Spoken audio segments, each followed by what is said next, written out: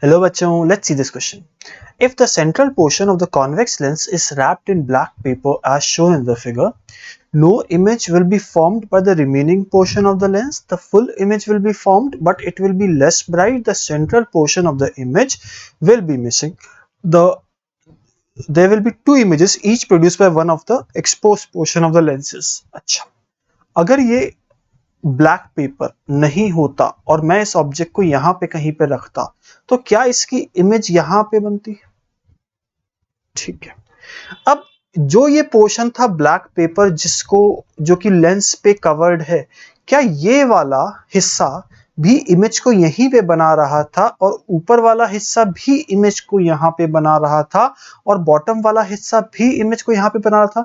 यानी अगर मैं लेंस का ऊपर वाले सेक्शन को 1 कह दूं, जो हिस्सा ब्लैक पेपर से कवर्ड है उसको 2 कह दूं और जो हिस्सा ब्लैक पेपर के नीचे है उसको 3 कह दूं, तो क्या पहले लेंस के पार्ट 1, पार्ट 2, पार्ट 3 मिलके इमेज यहां पे बना रहे थे?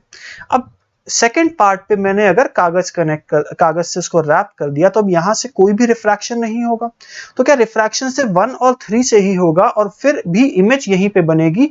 हालांकि जो इंटेंसिटी है वो कम हो जाएगी, और अगर वो इंटेंसिटी कम हो जाएगी तो मैं कह सकता हूं कि पोजीशन जो है किसकी, इमेज की, वो सेम रहेगी, बट उसकी इंटेंसिटी जो पहली पूरी लेंस से बन रही थी वो अब सिर्फ पार्ट 1 पार्ट 2 से बनेगी।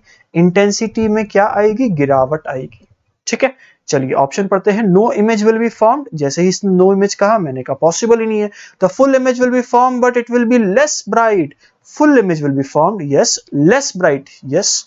The central portion of the image will be missing, नहीं, central portion की बात ही नहीं है। There will be two images each produced, नहीं। The correct answer is option B. All the best.